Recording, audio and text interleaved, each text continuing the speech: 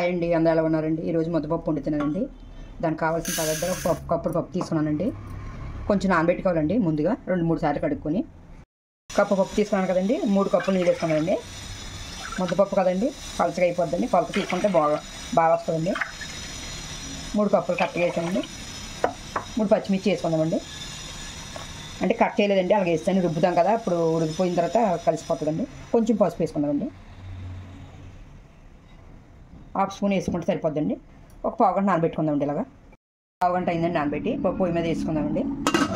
ఇదిగోండి పప్పు అయిపోయిందండి. ఇలాగా రుబ్బేసి పక్కకు తీసుకున్నాను. ఉప్పేసి రుబ్బేసానండి. ఇప్పుడు పోపు పెట్టుకుందామండి. ఒక 3 స్పూన్లు అలా పడుతుంది ఆయిల్.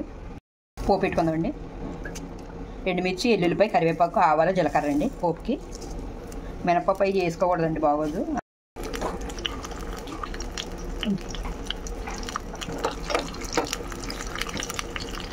ముద్దపప్పు రెడీ అండి. నచ్చితే లైక్ చేయండి, షేర్ చేయండి, సబ్స్క్రైబ్ చేసుకోండి.